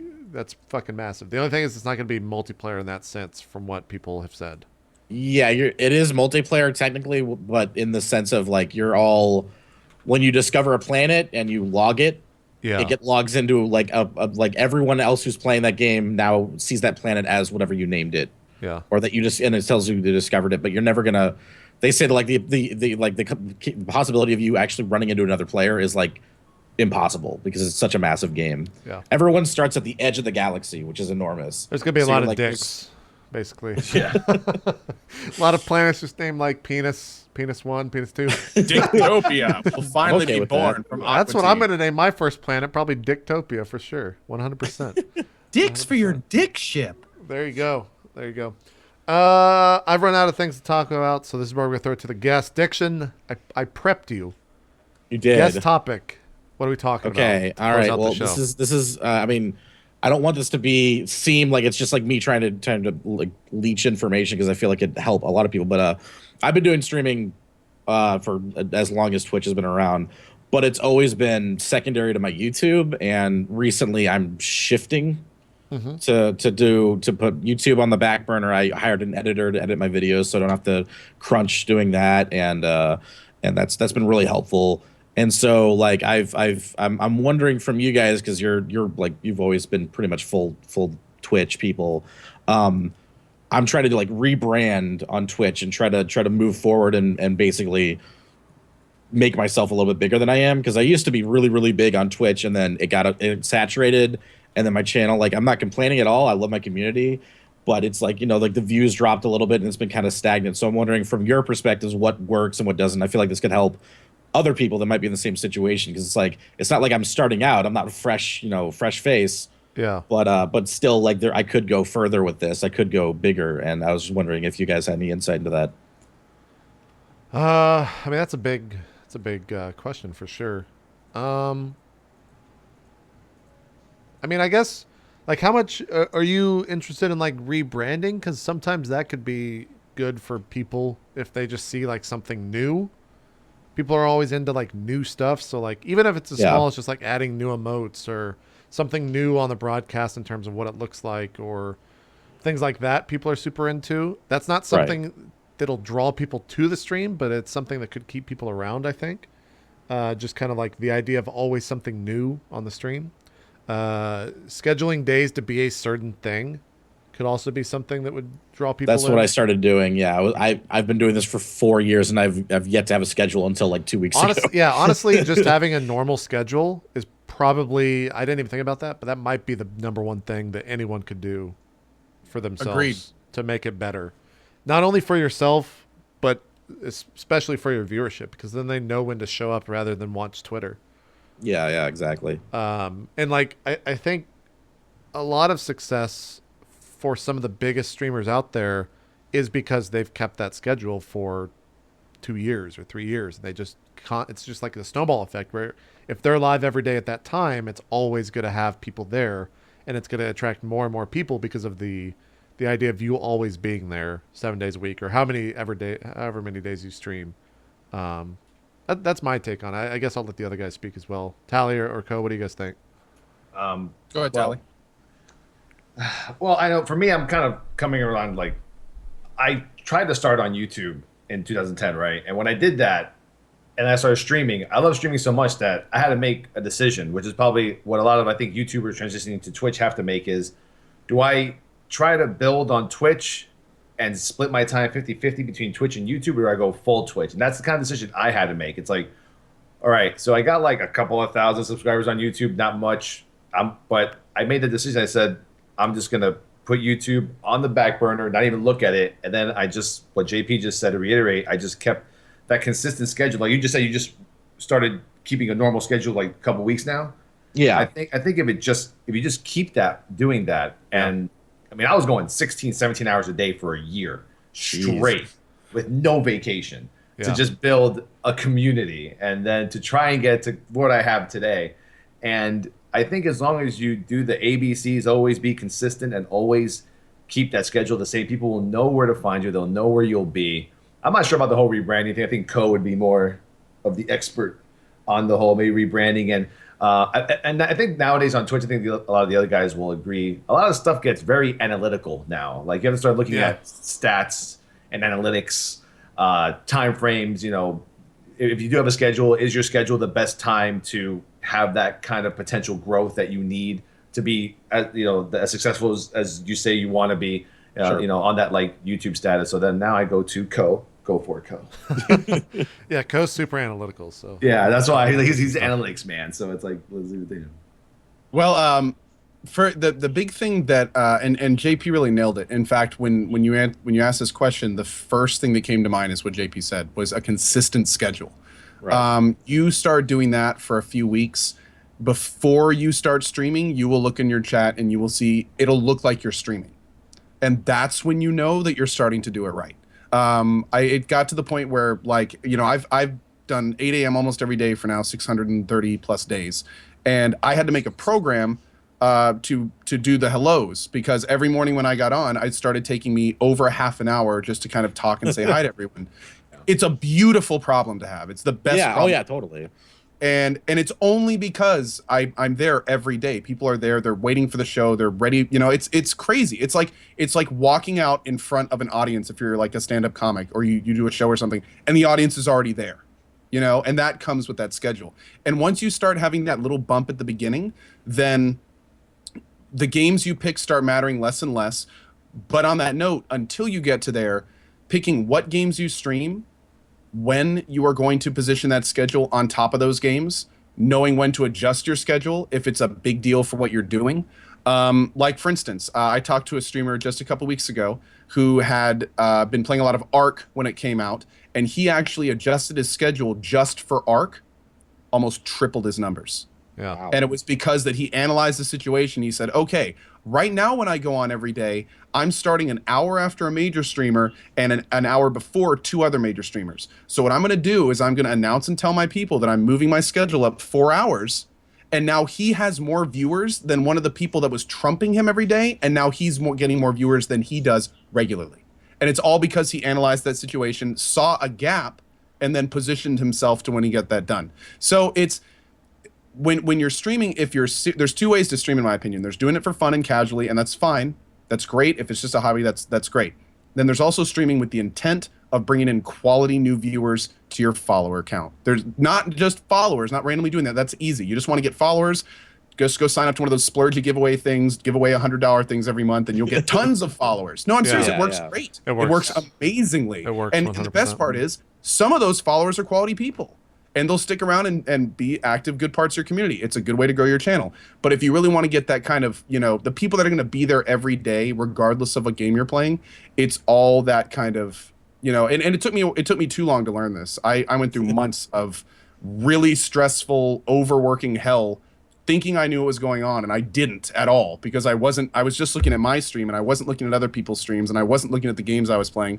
And I feel like I'm kind of rambling now. So that's the point of this all is analyze the whole field, not just your own stream, consistent scheduling and positioning. And that will carry you further than pretty much any other advice I can give you. You're lucky because you're already funny as hell. You already have a great community. You put on a good show. So at this point for you, you have the thing. You just need to figure out where that thing fits in. Yeah, and you will find that place, and all of a sudden your numbers will just and overnight one night, and then it'll do it again 4 months later, and it just keeps going from there. I think I think it was Dance Gaming. He made a great tweet, and I don't know where it stemmed from last week. Let me try to find it. But one of the other things that I think is important too is like if you if you are actually like happy or having fun on your stream and you're enjoying what you're doing, that's also like another way to, and you don't, it's really hard, but you don't worry about like your numbers or anything else. Like people will react to that on your stream and want to be there when you're streaming. Like if you're excited about something, your community will get excited about what you're doing. Yeah. And it took me way too long to realize that and that works the other way too. Yeah, it works exactly. And if you're pissed or like I saw it yesterday. Broadcaster was doing incredibly well for their channel size. They got upset at a game because the game was being a piece of shit, and you immediately saw like 30% of the audience just leave because it was frustrating to like watch this happen. Yeah. And that's just longest term. You can't deal with that. It just happens. No, there's nothing that you can do with that. It just it's gonna happen, and you can't let it discourage you, which is really hard. Go ahead, Co. Well, I was going to say there's nothing like having a viewer that's been with you for years, contact you privately when stream and be like, dude, I did not like watching you have a bad time. I had to turn off your stream. I love watching you and I watch you every day, but you were having you were so stressed out. I wasn't having fun watching you. I'll be back when you're feeling better, but and this is a person who's like lived in your community, for months and months and months. To have someone like that, those were the kind of wake up calls that kind of showed me that if I'm really feeling that way, I got to turn off the stream or switch games or do something. Yeah. It's not good for the community. It's not good for you, and it's not good for your channel if you're streaming and not having fun. I think that's another thing too that and I think it actually comes from Lyric being the one to do it. But if you're not having fun playing a game, just fucking switch it. Just like switch midstream. Like just don't dedicate. Like people will come to your stream. People should come to your stream because of the fact that you're streaming, not because you're playing another game or playing a game that they like. Like those aren't the people that you want constantly coming to your stream. You want those people to stick around because of your personality. And I think like Lyric has made that so much more, I guess, out there so that people understand that like, Co's playing a lot of Terraria, but hey, he might just switch to another game because you can do that. You can have that privilege. And I think I started realizing that more and more over the past couple of months, and I've started doing that as well. If I don't have fun playing a game, I'm just going to switch like right off the bat. Right, yeah. And not and more sit there importantly, and like myself. Go ahead. Oh, go ahead. No, I'm done. I was going to say on that flip side, if you're really having fun with something, don't switch because people are telling you to. I mean, especially over the last couple days, I've had some regulars be like, "Hey, dude, you've been playing," and as I just noticed, I played it 86 hours, basically straight. So understandably, some of my viewers are like, "Hey, dude, so when's the next game? When are you going to play in some Fertari?" And some of these viewers I love to death. And those opportunities, it's like, well, dude, look, I'm really having fun. I've set these goals. They're going to take some time. I'd love for you to keep watching. If you don't want to, that's fine. I'll be playing other games eventually, and more importantly, I'm in a stream team. Go if you want, go check these guys out. And it's a great opportunity to kind of like move around the community, meet other people, kind of, and then when I'm playing a game you want, come on back and we'll have fun again. But another thing, and people kind of need to understand this too, because I both agree and slightly disagree with what you were saying, JP. It is great when viewers are there just for you. Right. But we're not the entire show. Oh, we no, yeah. stream video games. So that being said, unlike a TV show where you can argue it's either you really like it or you really don't, if people don't like the game I'm playing, a lot of times I'll actually be like, dude, go watch a game you do like and come back when you're 100% here. You know what I mean? Like I'm not going to take it personally if you don't like the game I'm playing. But I think a lot of casters do. And that's where kind of a problem develops. If someone says, "Hey, I don't like this game you're playing," they're like, "Well, you can go off then." Fine. You don't like the game I'm playing. Who cares? If you don't want to watch it, cool. Go watch someone else, and you can come back and watch me when you want to. It's fine. But I think a lot of streamers take that personally, and I think a lot of times that can kind of bring the show down a little bit, because you'll see them get stressed and you'll see them get frustrated and start to feel like maybe they should play another game. No, you're having fun with this game. Play this game. Don't play another game. Have fun with what you're doing.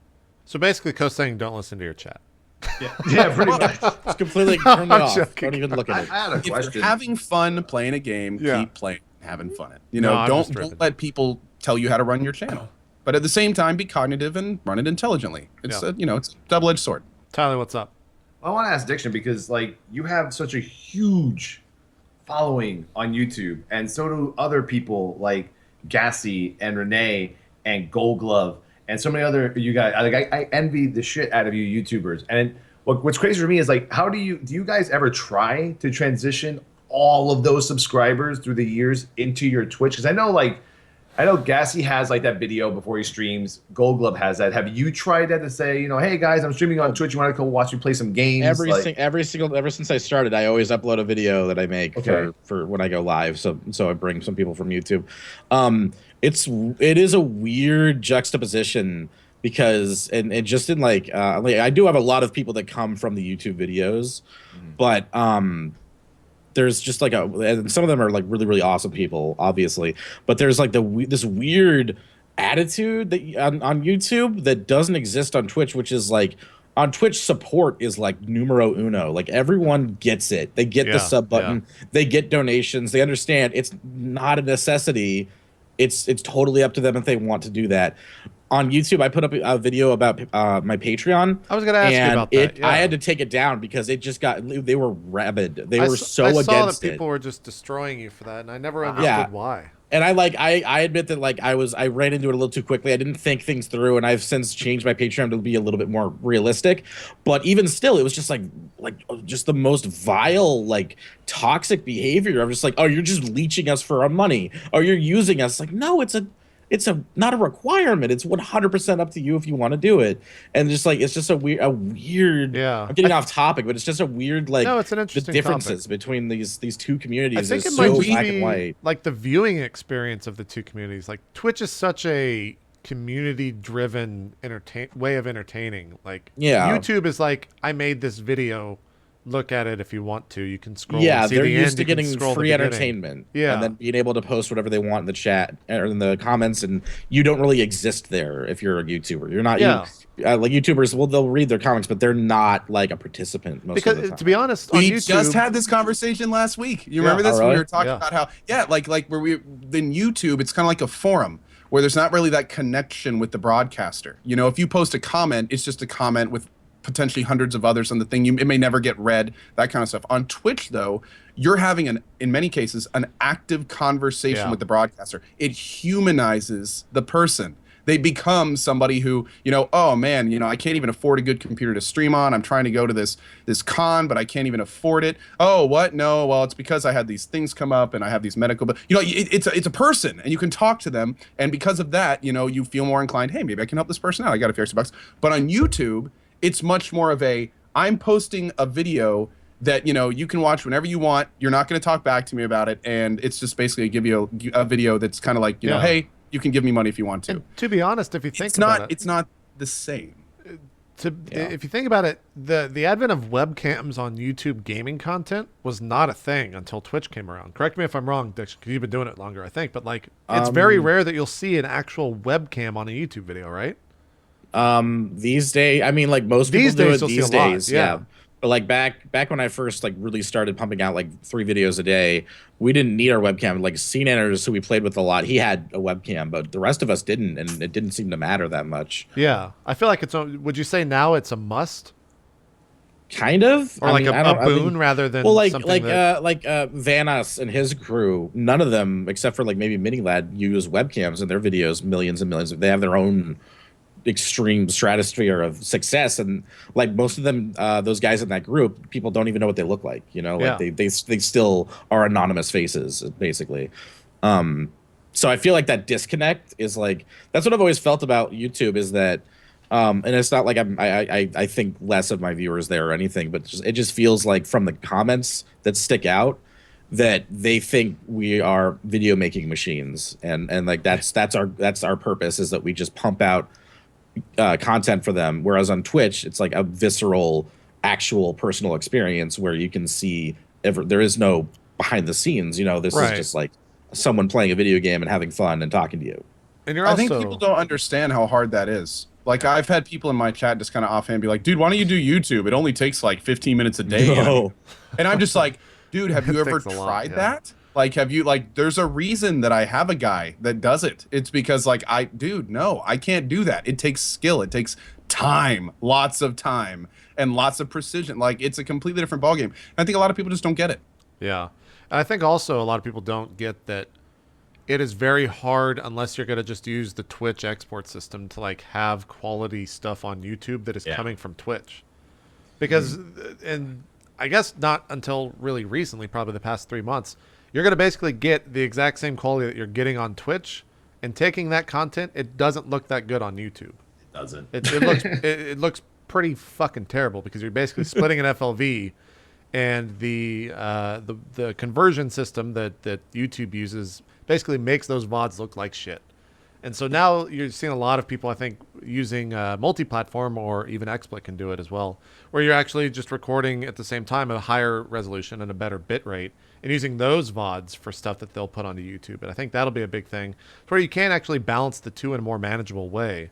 You just have to have someone sit there and edit it. Otherwise, you're going to be editing, 4 or 5 hours a day. I'm like a while fast streaming. editor. I grew up making like short films and stuff, so I've been editing since I was like 13. But even like recently, I was just like, It takes time, man. it takes a lot of time, and I had to assess like what am I having more fun, and what seems more like realistic as far as like making goals and doing these things that I want to do. And it's like, honestly, doing YouTube, it's like it's great, but it's so hard to get a group of people together to record multiplayer games these days. I don't know what it is. It used to be so easy, and now it's like, it's like pulling teeth to get people to show up for any kind of schedule. So I just like realized like it makes more sense for me to schedule my own streams and do that, and then if people, and then reach out to people if they want to show up. Cool. If not, I can still play games on my own, and it's fine.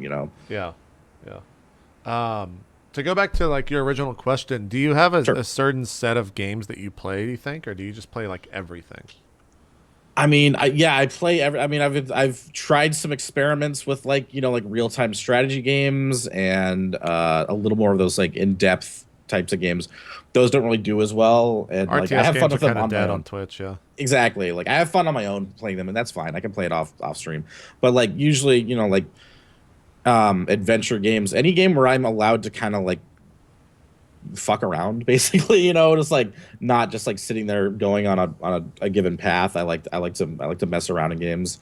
Yeah. So like Fallout, like those kind of games are really like good for me. Like I feel like I'm always constantly being challenged and have something to do. I'm not like stuck on a linear path.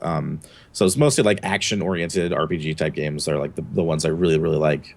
Yeah. I also feel that for most streamers out there, they have a very exact idea of what their like go-to game is, and so when that game comes out, they build everything on their stream like around that game, because and it's really smart to do that, right? Because you're gonna be having fun 100% of the time, and if it's a game that's gonna be big, then you're also just gonna get a surplus amount of viewers for it, at least at the very start.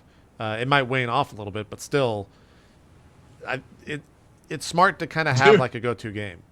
I know I'm gonna get decimated in Fallout 4. I'm like hoping for top 10 in the first week. Who knows, man? To be honest, Twitch can. I think between now and then there could be a lot of shifts on Twitch. Like, who knows? Who honestly knows what's gonna hit?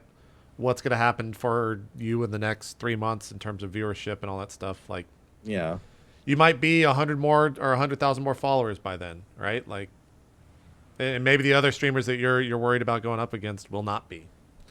You can't fucking predict this shit. You really can't. It's one of the hardest things to predict. One of the only regulars I will say is that you can never predict it. That's absolutely right. Yeah, like had I known that Rocket League was going to be as massive a viewership on Twitch, I probably would have done a lot more with it prior to the weekend that it came out. Like, I had no idea that it was going to be as big as it is on Twitch. No idea. Now it's been in the top 2 slots for like a week now. And like every streamer's fucking playing it. It's massive. And you can kind of catch a little bit of that at the tail end, but it goes till like 2 or 3 in the morning with Goldie and Summit both playing it. It's really hard to catch that. Dude, you would have told me that I was going to be playing Terraria for 7,000 people 3 weeks ago. I would have laughed at you. Yeah, Terraria had crazy viewership I would have too. been like, you mean that game? Like 4 years old? Dude, I played that for like 2 days. I'm done with it. We played it on what I like to call the dead zone, which is Friday late night. I think Friday late night is the worst time on Twitch for viewership. Zone. It's fucking terrible. We had 4,000 people watching me play Terraria at Friday night at 2 a.m. in the morning, all the way till 7 a.m. This segment? That should be your segment name, the Dead Zone. The dead zone. Just stream awesome, that hour. dude. That's so. You can make a shirt like that. That's There you go. There you go. But yeah, like you just can't predict. You can't predict anything really, and a lot of that is just because it's so random. And the other part of that is like we have no analytics to predict anything. At least Twitch gives us no analytics. You can make your own, but even then, it's not exact. So I gotta argue though. Even if we had all of them, I mean, Twitch you is so new. anything, You don't have the analytics to reference the analytics with yet. It's like all of this is so, this is all new territory. It's going to be for the next decade. Yeah. Until we're actually probably going to be able to really kind of look at these trends. Remember when I was talking about? I don't know if I told this or shared this with you, Co. It might have been on another stream. I can't remember. But remember when I was saying like how amazing it would be to be able to see the followers in your channel and who's following and who's not in terms of like a percentage, a pie block or whatever. Someone in my chat actually built that, and like I have it now. You're talking about like I would followers? love to talk to you after the show about that. It works kind of. It works like it's still super beta, but yeah, like it takes everyone from your chat on a 7-minute interval, and it gives you basically a percentage that is following and a percentage that is not. And so you can know like if you have a huge user base of people on your channel right now that are following you or that they've never been to your channel before. That's pretty awesome.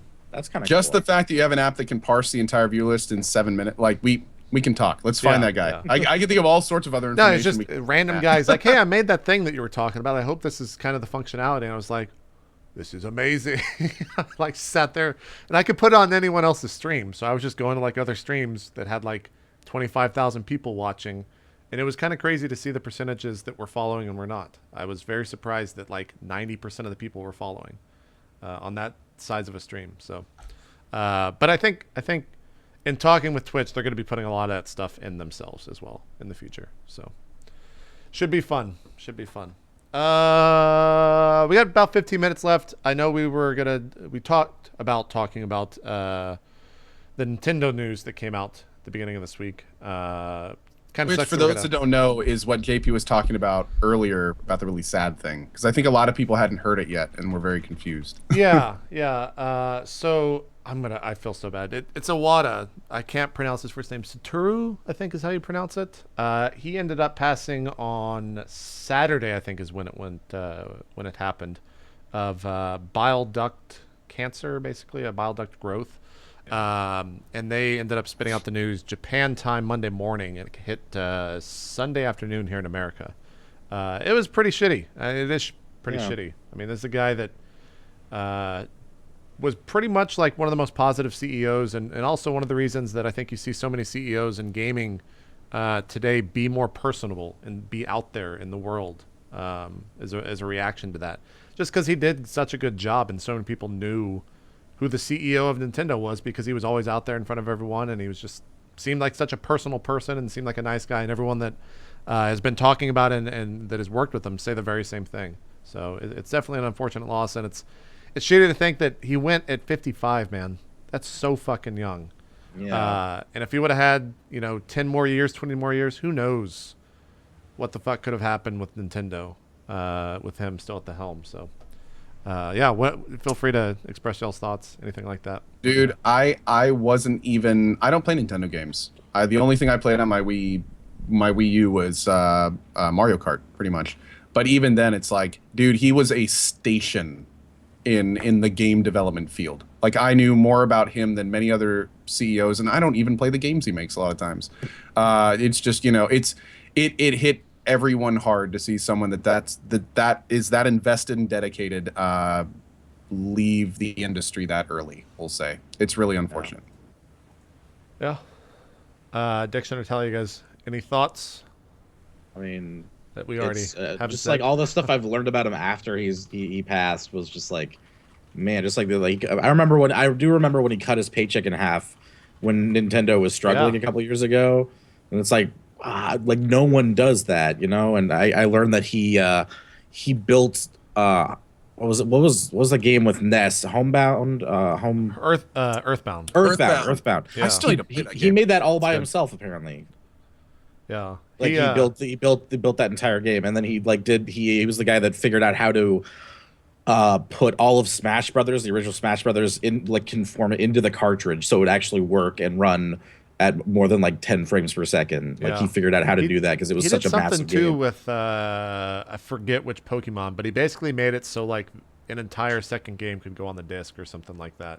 Like he not only knew how to run a company, but he was also like an incredible dev at the same time. Like Yeah. he could write fucking code. So it was shitty. It was shitty. And yeah, I think interesting thing moving forward is like what does Nintendo do to move forward now, right? Like I think Miyamoto and I forget the other person's name are going to fill in kind of in the interim.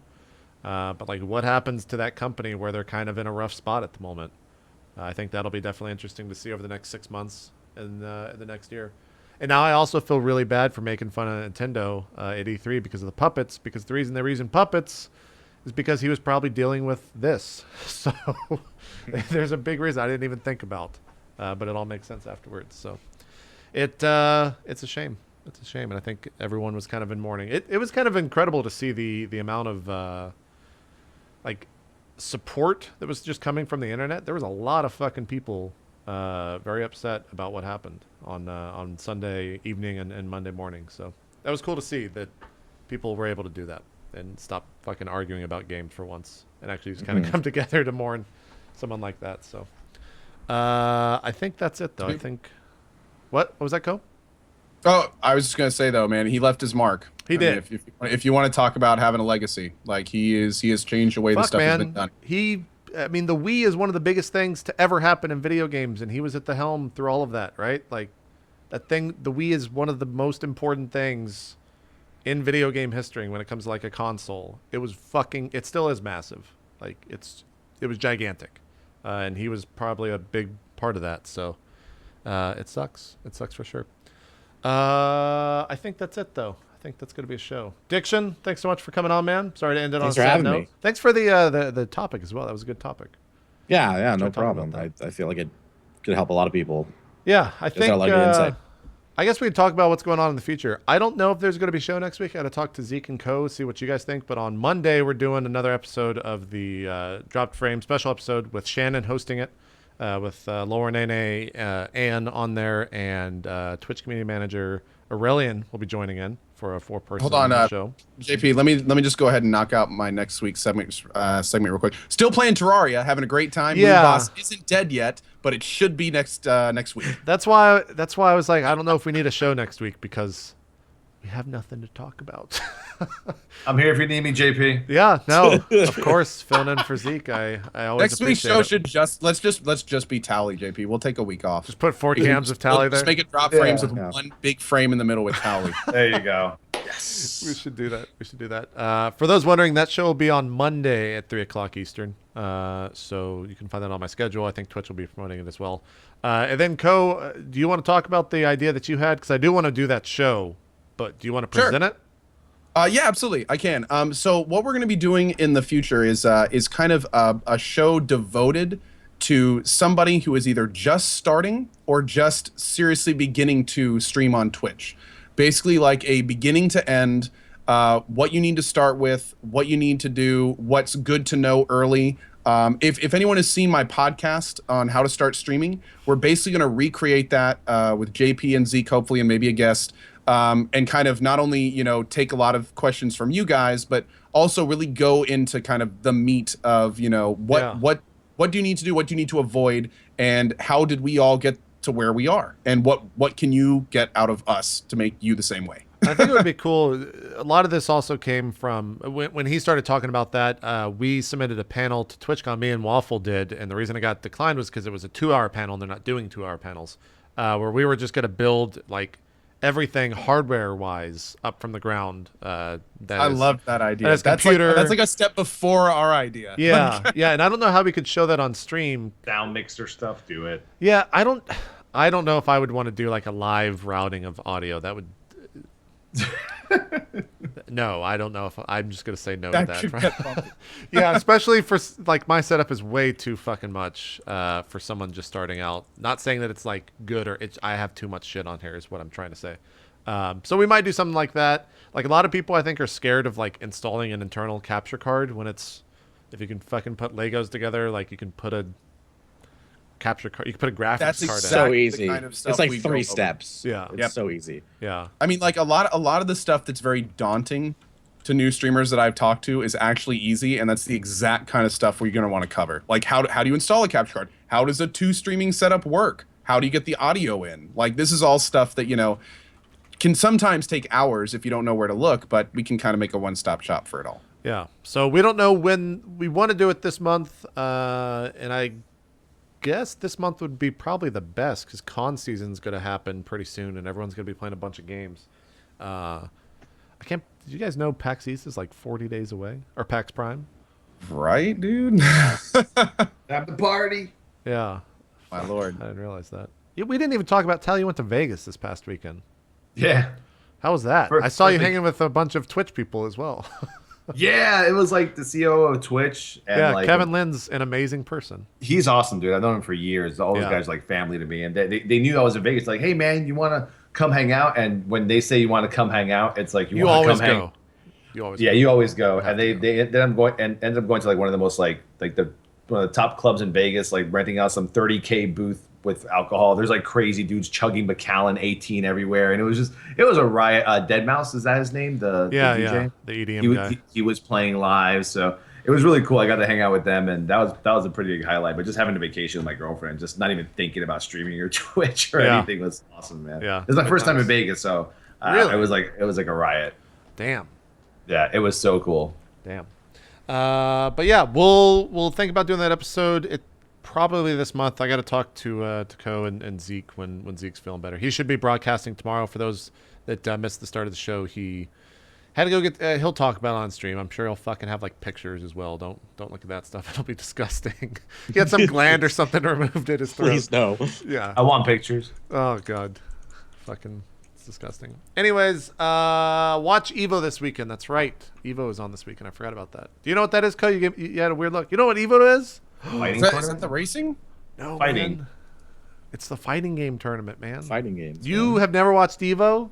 I still haven't. No. You guys have to watch at least Sunday evening. Just watch the finals, and I guarantee you on the next show, you guys are gonna be like, "Fucking Evo is sick." Yeah. It's sick. I watched Salty Bet. Is that kind of like it? It's salty That little bet. guy On, that does this all the time? it's salty bet on crack, man. Yeah. It is with God. real people. It is behind God the tier. controllers. I would Is check that that in out. That Vegas sounds too? It's in Vegas. You went the wrong weekend, dude. That's what I'm saying. You 100% went the wrong weekend. Yeah, it. They go fucking crazy in Vegas. It's a lot of fun. It's on Friday, Saturday, and Sunday this week, and then I think next week doesn't AGDQ start? Or I guess the summer game's done quick. Doesn't that start on Sunday? Oh, it's pretty soon. Yeah. Yeah, I think that's either next week or the week after. It's coming up soon. So, a lot of stuff to watch on Twitch, even though there's no fucking games out, and you can watch all of us as well. Let's do some shout outs. Tally, you want to start us off? Yeah, sure. What's the thing? Oh, there it is. Awesome. All right, guys. I'm Towley. Thank you once again, JP, Co. Hopefully Zeke comes back okay. And it was really awesome to also be here with Eat My Addiction. I love his stuff. So I mean, he never knows it, but when I see him at cons, I always call to him and say hi, like a little fanboy, and just walk away slowly and never have a conversation with him. And but no, thank you guys for having me on again for like the 90th time on Drop Frames. And if you guys want to watch my live stream, I wouldn't say I'm necessarily like a variety live streamer, but I do focus on a variety of MMOs with a WoW focus. So if you want to see some dragon slaying, tanking is what I specialize in, or what I suck at. And you can catch me on twitch.tv/Towley. I'll be playing Skyforge, the new MMO that came out this week, as well as some heroic/mythic rating progression on World of Warcraft. Once again, thank you everyone for having me. Love you guys. Love my community. See you guys later on again when I stream tonight. Awesome stuff. Thanks for being here. I hope this is Co. Co, do some shout outs, maybe? Yep, There got you it. We did it. Yes. Well, hi everyone. I'm CohhCarnage. A big thanks as always to JP and also Tally. Always a pleasure. Eat my diction. Awesome talking with you. It's always a blast watching or talking with you. I am CohhCarnage. You are watching this on my channel, so hopefully you consider hitting that follow button. You can also find me on Twitter and YouTube under the same names. And yeah, I'm a variety streamer, streaming every day at 8 a.m. Although these days I'm more of a Terraria streamer. For the next at least few days, if not longer, you can find me doing marathon sessions of Terraria, working on ridiculous builds, killing various hard bosses with ridiculously fun and interesting weapons. And yeah, just basically we kind of just hang out and talk for 8 to 10 hours a day. But yeah, next game's up on the docket. We've got our Fallout franchise playthrough coming up in August, which we may start early with this kind of games drought we have going on. But yeah, hopefully you'll stop by and see you at 8 a.m. EST every single day. There you go. Diction. I'm gonna follow my sword a little bit. I set up. You know, I always take a dig at the guest and the info that I put next to them. And Oh, juicy. I feel a little bit bad for that, but do some shout outs, Diction. So I have to okay. Hey, how's it going? I'm Eat My Diction. Thank you guys so much for having me on the show. I really appreciate it. I've been a big fan of the show for a while. What does it say? I have to wait for it to show up on the actual stream. Variety streamer. I mostly stick to like action-oriented games. Usually, the faster pace, the better. And I'm going to be streaming directly after this, doing some Mortal Kombat X with my friend. A man star originally had to put a 1 at the end of his name. That's good. Oh, that's good stuff right there. Yeah. You'll find me. You'll find me streaming usually around 5 p.m. Pacific Standard Time on the weekdays, and the weekends are open for whatever. If I have better things to do, I don't stream. So yeah, thanks again so much. Love you guys. Heart. There you go. Are you streaming later today, Diction? Like directly after I'm done with this. Directly after this, what are you streaming? Yeah. Mortal Kombat X. It's called Fight Night with my friend APL Fisher. We do fighting games together. Nice. Is that why you're playing Awesome. Street Fighter last week? Yeah. Yeah, he destroyed me. Are you good at fighting games?